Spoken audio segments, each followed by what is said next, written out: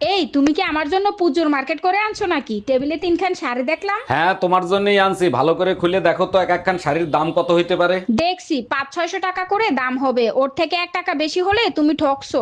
ওগুলো তোমার গত বছরের পুজোর শাড়ি, বাপের বাড়ি দিয়ে আইনা 5-6 হাজার টাকা দাম বলছিলে কেন? টুম্পা, আমি একটু বাইরে যাবো, আমার কাছে 1 টাকাও নাই, আমার 2000 টাকা ধার দিবা? বউর কাছে টাকা ধার চাও? তোমার লজ্জা করে না? যাদেরকে ধার দিছো তাদের কাছে টাকা চাও। এই শালা সুধীর ভাই, তুই আমার টাকা দিচ্ছিস না কেন? আজকের ভিতর তুই আমার টাকা দিবি।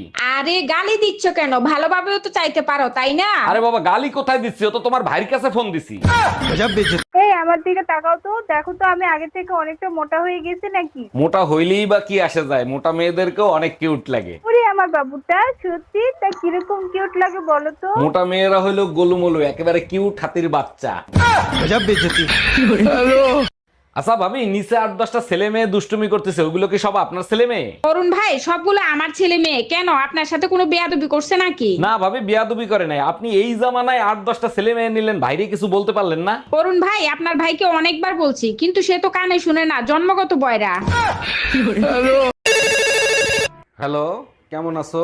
আমি সব সময় ভালো থাকি, ফোন দিছো কেন সেটা তুমি বলো। জানো না তোমাকে কতটা মিস করি। I love you so much. এতই যখন মিস করো, সকালে ঝগড়া করে বাসা থেকে বের হয়ে গেছিলে কেন? শালা ঘরেই ফোন লেগে গেছে। এই তুমি মামুন ভাইরে কি পরামর্শ দিছো যে এখন বিয়ে করতে রাজি হচ্ছে না? বিয়ে করার আগে মদ খাওয়া কেমনে ছাড়বে তার পরামর্শ দিছিলাম। সত্যি করে বলো, মদ ছেড়ে দেওয়ার সাথে বিয়ে না করার কি সম্পর্ক? বলছিলাম একবার বিয়ে কর, মদ তো দূরের কথা, দুনিয়া ছেড়ে যেতে মন চাবে। আচ্ছা, তোরা মশাকে কি বলে রাখিস? আমরা মশাদের মশা বলে ডাকি। কেন, তোরা কি বলে ডাকিস? আরে আমাদের ডাকা লাগে না রে, আসে কামড়ে দিয়ে চলে যায়।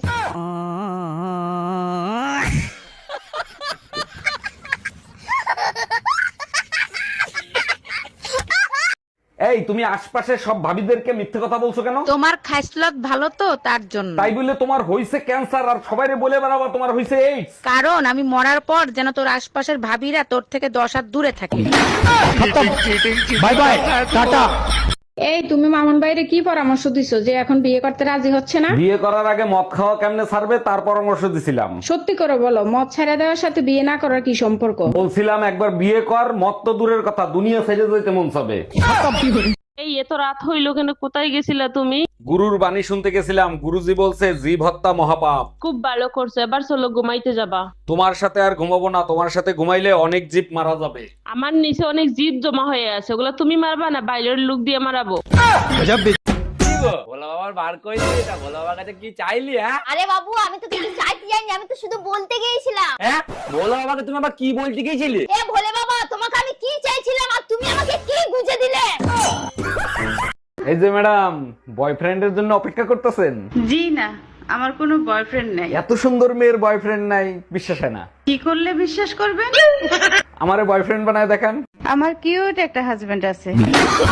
আচ্ছা, তুমি কি জানো যে পুরুষ বউ কন্ট্রোল করে রাখে তাকে কি বলে? বউ কন্ট্রোল করার মতো পুরুষ এখন আর দুনিয়াতে নাই, যদি থেকে থাকে সে হবে মহাপুরুষ। জি না, যে পুরুষ বউ কন্ট্রোল করে রাখে সে হলো কাপুরুষ। তাই নাকি? আর যারা বউয়ের কন্ট্রোলে থাকে তাদেরকে কি বলে? যে পুরুষ বউয়ের কন্ট্রোলে থাকে তাকে মহাপুরুষ বলে।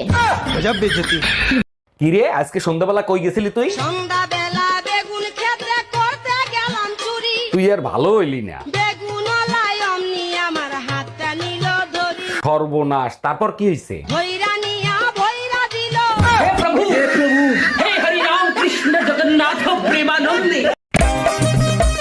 এই তোমার ব্যাপারে কি শুনছি? তোমার লজ্জা করে না ঘরে বউ থাকতে অন্য মেয়ের দিকে তাকাও? কেন, কোথায় লেখা আছে যে উপোস করলে মেনু কার্ড দেখা যাবে না?